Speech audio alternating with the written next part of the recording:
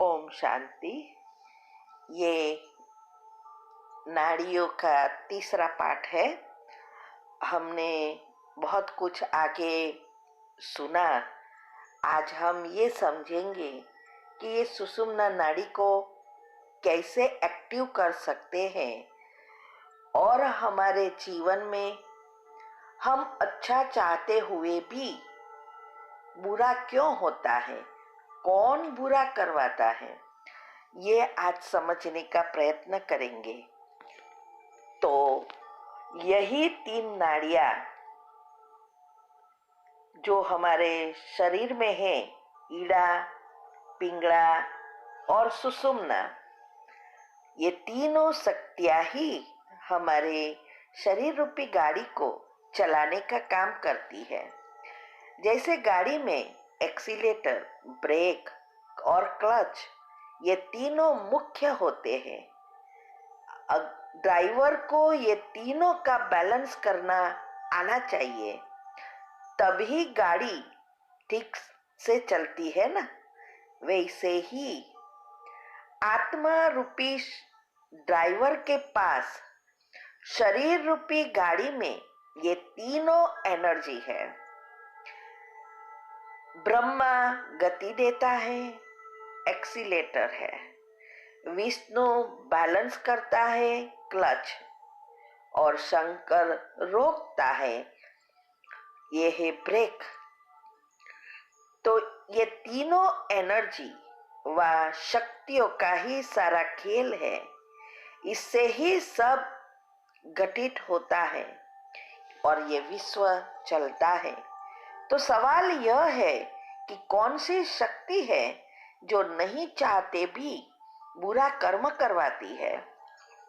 हमारे अंदर दोनों शक्तियां हैं, जो दोनों एनर्जी गुण और अवगुण से उत्पन्न होती है।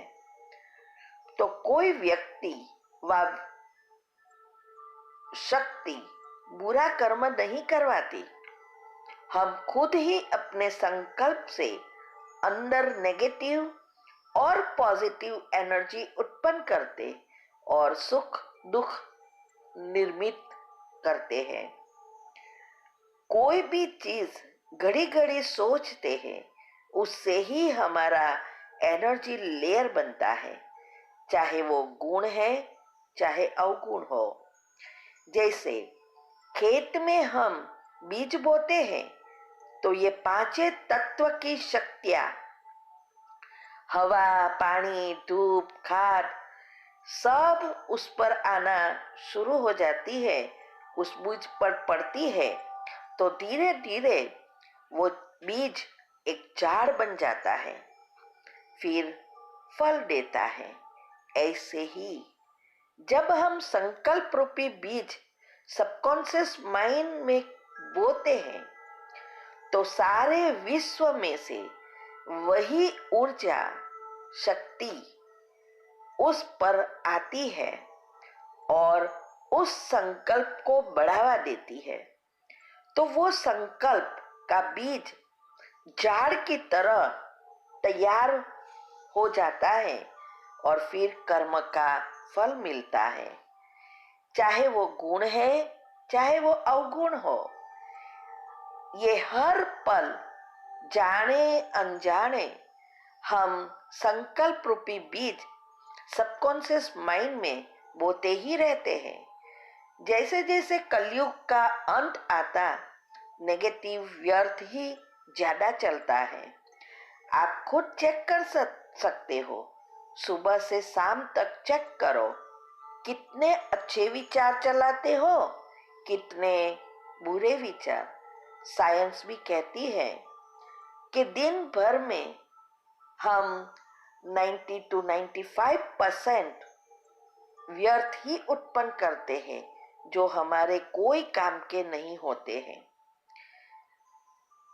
तो ये चेक करना है कि हमारे कौन से विचार चल रहे हैं। फिर अच्छा करना चाहते भी कर नहीं पाते, बुरा ही हो जाता, कोई कराता नहीं है। इसीलिए मन को ट्रेन करना जरूरी है। इस विधि को ही राजयोग कहा जाता है। तो स्वयं परमात्मा आके सिखाते हैं। तो जब साक्षी भाव में रहना आ जाए तो जीवन में सब बैलेंस हो जाएगा। उस समय अंदर जो बीज हम बोते हैं वही शक्तियां काम करने लगती है। उसको ही दुनिया में सब कहते हैं श्री चक्र घूमना, और कहते हैं इससे सब संचित कर्म भस्म होते हैं। लेकिन ऐसे ही श्री चक्र नहीं घूमता, न किसी के संचित कर्म भस्म होते। ये हमने श्री चक्र का टॉपिक अभी इसमें ही रखा है, वो जरूर सुनो तो समझ में आ जाएगा कि ये श्री चक्र क्या है। तो जो तीनों शक्तियों का जो बैलेंस करते हैं वही जीवन में संपूर्ण सुख शांति स्वस्थता को प्राप्त कर सकते हैं। ये स्वर्ग में ही प्राप्त होता है, वही स्थिर रह सकता है और पाप कर्म को पुण्य कर्म में परिवर्तन कर सकता। तो ये योग ऑफ बैलेंस ही रियल राजयोग मेडिटेशन है। ये निराकार परमात्मा ही आके सिखाते हैं कि कैसे ये स्थिति बना सकते हैं। इसके लिए ही पुरुषार्थ करना होता है। पुरुषार्थ का अर्थ है पुरुष मना आत्मा। तो आत्मा के अर्थ कर्म करना ही पुरुषार्थ है। रोज अभी दुनिया में सब शरीर के लिए करते हैं, आत्मा के लिए क्या करते हैं सोचो। और इस पुरुषार्थ के लिए चाहिए आत्मज्ञान। गीता में भी कहा है शास्त्रों का ज्ञान नहीं, आत्मज्ञान चाहिए। तो नेगेटिव फोर्स ये 5 विकारों ही है जो अवगुण से उत्पन्न होते हैं। तो जो अवगुण की शक्ति की ओर झुकता है वही पाप कर्म में फंसता है। और जो ये मेडिटेशन कर मन को स्थिर करता और जागृत मन में गुणों का बीज बोते तो गुणों की श्रेष्ठ शक्ति की ओर झुकता है, वही पुण्य कर्म से भरपूर हो जाता है, स्वर्ग के अधिकारी बन जाते हैं। गीता में भी कहा है कि राजयोग है ही योग ऑफ बैलेंस। जो बैलेंस करने वालों का ही विवेक जागृत होता है। तो जो बैलेंस करता वही इन तीनों शक्ति से सृष्टि को चलाता है। परमात्मा ये तीनों शक्ति से बाहर है, लेकिन तीनों शक्तियों की उत्पत्ति एक परमात्मा से ही होती है। साधु 2 शक्तियों को ही साधता है, तमो और रजो को। लेकिन जो तीनों को साधता है, बैलेंस करता है, वही देवता बनता है, महासंत महान बन जाता है। वो ये तीनों से ऊपर उठता है, परमात्मा के समान बन जाता है। इसीलिए वही आत्माओं की पूजा होती है। सृष्टि के आधार मूर्त और उद्धार मूर्त बन जाते हैं। यही आत्माएं ग्रह नक्षत्र सितारे के रूप में एक डायमेंशन बनते जाते हैं। ये पहले जन्म की सब आत्माएं श्री कृष्ण के साथ जुड़ी है, एनर्जी के रूप में और डीएनए के रूप में भी। ये सारा एनर्जी का नेटवर्क है, श्री चक्र है। बस जरूरत है राजयोगिक एनर्जी प्रवाह करने की। जब तक ये बातें नहीं समझते, दोनों में अंतर नहीं समझते, तब तक धर्म के वाड़ों से नहीं निकल सकते और न तो भगवान को प्राप्त कर सकते, न ही श्री कृष्ण के साथ स्वर्ग में जा सकते। तो ये सब बातें समझने की है। तो अगर आप ईड़ा पिंगला के बीच संतुलन बना पाते हो तो दुनिया में आप प्रभावशाली हो, देवता बन सकते हैं। यही सुषुम्ना नाड़ी को एक्टिव करना है। इससे आप जीवन में सभी पहलुओं को अच्छी तरह संभाल सकते हैं। दुनिया में अधिकतर लोग ईड़ा पीड़ा में ही जीते मरते हैं। मध्य स्थान सुषुम्ना निष्क्रिय ही बना देते हैं। लेकिन सुषुम्ना नाड़ी मानव शरीर विज्ञान का सबसे महत्वपूर्ण पहलू है। जब ऊर्जा कुंडलिनी सुषुम्ना नाड़ी से प्रवेश करती है तब जीवन असल में तभी शुरू होता है। इस अवस्था में ही हम हमारे संस्कार परिवर्तन कर सकते हैं। इससे ही साक्षी भाव कहा जाता है, जो परमात्मा रोज कहते हैं, संस्कार बदलना माना पाप कर्म नेगेटिव एनर्जी को पॉजिटिव एनर्जी पुण्य कर्म में परिवर्तन करना और हमारी अंदर की सारी सिस्टम को रिसेट कर सकते हैं। दिव्य गुणों की धारणा कर देवता बन सकते हैं। हमारे जो ये 7 चक्र है वो 7 एनर्जी लेयर बनते हैं। उससे ही सब 7 प्रकार के शरीर बनते हैं।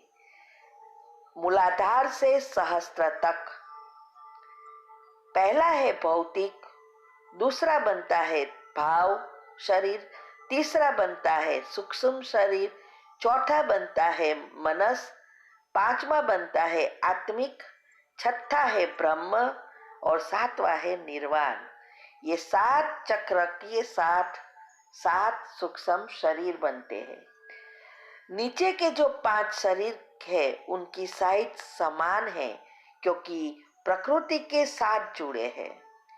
छठा शरीर माना आज्ञा चक्र के साथ जुड़ा, आत्मा से जुड़ा है, वो विश्व जितना बड़ा होता है और 7वां शरीर अनंत होता है। ब्रह्मांड से जुड़ता है, परमात्मा की एनर्जी से वो जुड़ा है। पहले 4 शरीर में शरीर का भान होता है। 5वें शरीर में शरीर का भान समाप्त हो जाता है।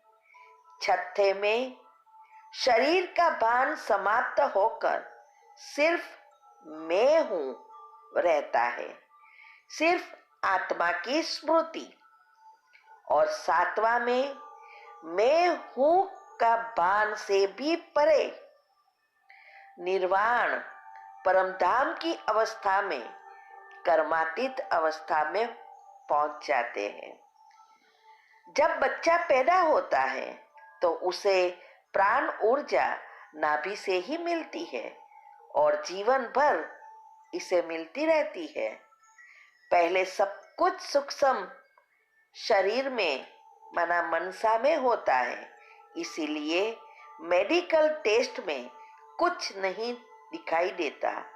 स्थूल और सूक्ष्म ब्लॉकेजेस के टॉपिक में हमने विस्तार में इसके बारे में समझाया है कि क्यों मेडिकल टेस्ट में कुछ नहीं दिखता और सडनली अचानक बड़ी बीमारी दिखाई देती है।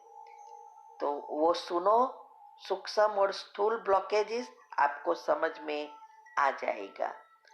अभी अगले टॉपिक में हम ये समझने का प्रयत्न करेंगे वैराग्य क्या है।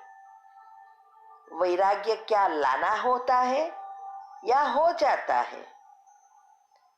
ये समझना बहुत आवश्यक है। कई बार हम सोचते हैं कि वैराग्य लाना पड़ता है। वास्तव में जैसे जैसे हमारे चक्र नाड़ियां एक्टिव होकर घूमने लगती है, तो धीरे धीरे ये वैराग्य हो जाता है, लाना नहीं पड़ता है। मेहनत सिर्फ इसकी है, ये चक्र खोलने की, नाड़ियां को एक्टिव करने की। इसीलिए हम उसके बारे में अगले टॉपिक में समझने का प्रयत्न करेंगे।